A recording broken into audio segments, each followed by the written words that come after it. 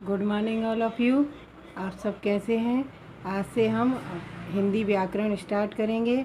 आज हम अपनी बुक गुंजन से पाठ 1 पढ़ेंगे।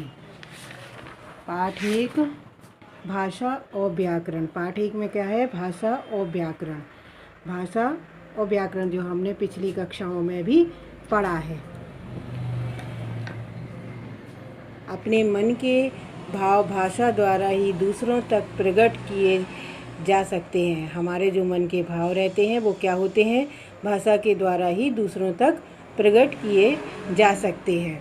बिना भाषा के अपने विचारों को एक दूसरे तक पहुंचाना बहुत ही कठिन है। और बिना भाषा के क्या है? अपने विचार एक दूसरे तक पहुंचाना बहुत ही कठिन है।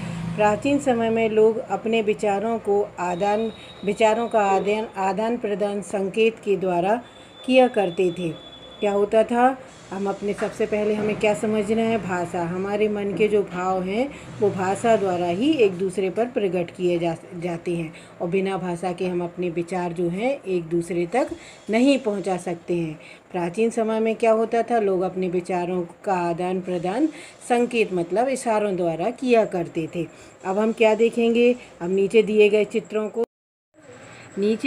चित्रों को ध्यानपूर्वक देखिए और समझिए। अब जो नीचे चित्र दिए गए हैं, अब हमें क्या करना है? उन्हें ध्यान से देखना है। सबसे पहला जो चित्र है उसमें हमें एक व्यक्ति दिखाई दे रहा है और एक महिला दिखाई दे रही है और आसपास कपड़े दिखाई दे रहे हैं। मतलब एक कपड़े की दुकान है और महिला पुरुष आपस में बातचीत कर रहे हैं। तो ये क्या है? मौखिक भाषा है। एक दूसरे चित्र में हमें एक लड़की दिखाई दे रही है जो एक कॉपी में लिख रही है, तो वो क्या है? लिखित भाषा है। और ये तीसरा जो चित्र है उसमें हमें एक महिला बैठी हुई दिखाई दे रही है और एक लड़की को इशारों से बुला रही है। तो ये क्या है? सांकेतिक भाषा है। अब हमें तीनों भाषाओं के हमारे भाषा के जो भेद होते हैं, हमारी भाषा के 2 भेद होते हैं, मौखिक भाषा, लिखित भाषा और सांकेतिक भाषा। मौखिक भाषा, लिखित भाषा। अब इसमें क्या बताया गया है कि प्राचीन समय में क्या होता था? 3 तरीके से लोग अपने विचारों का आदान प्रदान करते थे। तो हमें तीनों तरीके बताए गए हैं। मौखिक भाषा बताई गई, लिखित भाषा बताई गई और सांकेतिक मतलब इशारों द्वारा भाषा बताई गई है। पहले चित्र में दुकानदार और ग्राहक आपस में बात कर रहे हैं। ये दोनों क्या है? मौखिक भाषा का प्रयोग कर रहे हैं। अब क्या है? ये दुकानदार और जो ग्राहक है वो मौखिक भाषा का प्रयोग करके अपनी बात कह रहे हैं। दूसरे चित्र में लड़की अपनी सहेली को पत्र लिख रही है। भाई लिखित भाषा का प्रयोग कर रही है। तो क्या कर रही है? लिखित भाषा का प्रयोग कर रही है। तीसरे चित्र में बच्ची को इशारे से अपने पास तीसरे चित्र में माँ अपनी बच्ची को इशारे से अपने पास बुला रही है, जो क्या है? सांकेतिक भाषा का प्रयोग है। क्या है? हमने जो चित्र देखे, तीनों चित्र, उनके बाद में हमें क्या समझ में आया कि हमें तीनों भाषाएं, प्राचीन समय में जो भाषाएं थीं उनके बारे में बताया गया। मौखिक, लिखित और सांकेतिक मतलब इशारों द्वारा भाषा। अब हम क्या आएंगे? भाषा का निर्माण मुख से निकलने वाली ध्वनियों द्वारा ही हुआ है।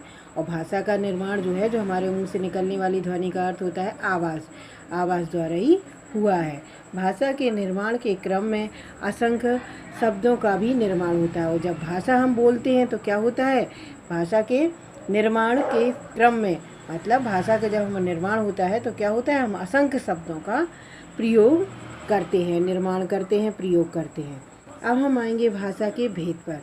भाषा के कितने भेद होते हैं? अभी हमने ऊपर पढ़ा, भाषा के बारे में पढ़ा, तो क्या है? हमने प्राचीन समय के बारे में भी पढ़ा कि भाषा क्या है? अपने विचारों को एक दूसरे तक पहुंचाने के वो भाव है, वो क्या है? भाषा है।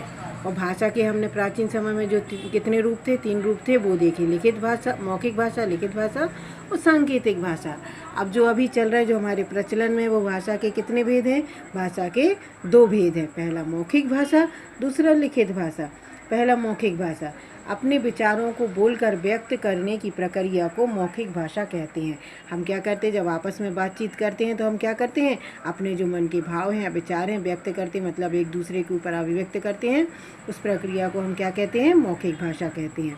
दूसरा लिखित भाषा, जब हम अपने विचारों को लिखकर व्यक्त करते हैं तो वह लिखित भाषा कहलाती है। जब हम अपने विचारों को क्या करते हैं? लिखकर व्यक्त करना मतलब प्रकट करते हैं किसी दूसरे के सामने, तो क्या होता है?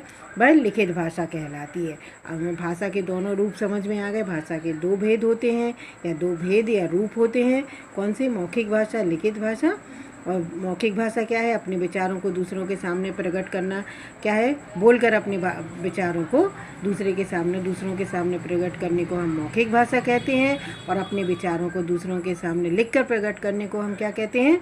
लिखित भाषा कहते हैं। हमने जब भाषा चैप्टर शुरू किया, पहले चैप्टर शुरू किया तो उसमें क्या था? हमें भाषा और व्याकरण के बारे में समझना था। अब हमने सबसे पहले क्या समझा? भाषा समझा। जैसे भाषा की एक छोटी सी डेफिनेशन क्या हो सकती है?